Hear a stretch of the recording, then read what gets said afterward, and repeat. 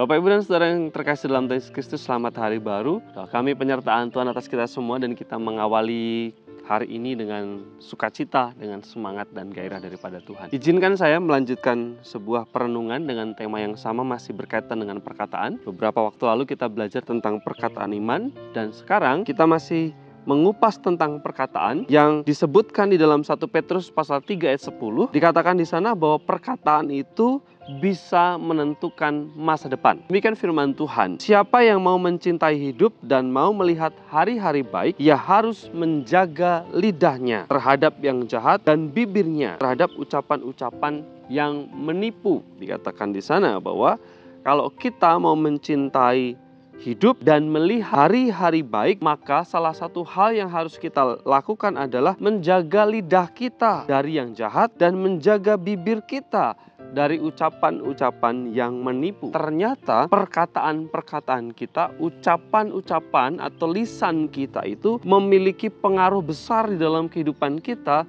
termasuk menentukan masa depan kita. Inilah yang disebut dengan kuasa perkataan. Dengan demikian Bapak, Ibu, dan Saudara yang dalam Tuhan, kita punya pengetahuan tentang konsekuensi di dalam menggemakan ucapan kita, di dalam menggunakan perkataan kita. Kadangkala bahkan seringkali perkataan-perkataan seseorang itu diingat lebih lama daripada umurnya. Mungkin Bapak, Ibu, dan Saudara semua pernah mendengar pidato Bapak Soekarno yang disampaikan lebih dari 70 tahun yang lalu, tapi masih sering dikumandangkan, digemakan, diputar di dalam setiap kesempatan. Misalnya di dalam HUT kemerdekaan Republik Indonesia atau hari-hari tertentu. Suara dan ucapan-ucapan itu masih bisa kita dengar sampai sekarang, sekalipun sang pemilik kata-kata itu sudah tidak bersama-sama dengan kita lagi. Perkataan itu banyak menentukan di dalam kehidupan kita. Oleh karena itu, mari kita berusaha supaya menggunakan kata-kata dengan bijak, dengan berhikmat, tidak dikuasai dengan kata-kata negatif, tetapi mari kita sampaikan kata-kata yang positif. Tentu saudara juga mengingat nasihat petuah dari orang tua maupun leluhur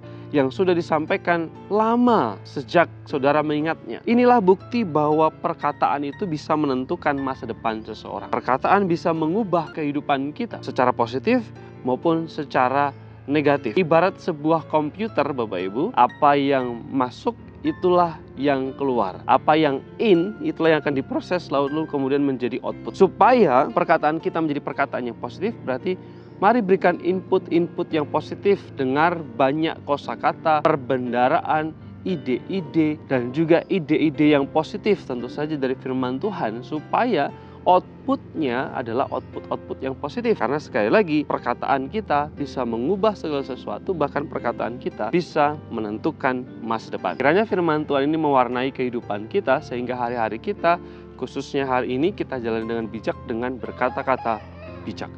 Mari kita berdoa. Bapa Surgawi, terima kasih, bersyukur karena kasih dan kesetiaan Tuhan. Kiranya hikmat Tuhan menguasai kami sehingga perkataan kami adalah perkataan-perkataan yang positif, yang membangun dan menguatkan orang lain. Di dalam nama Tuhan Yesus kami berdoa. Amin.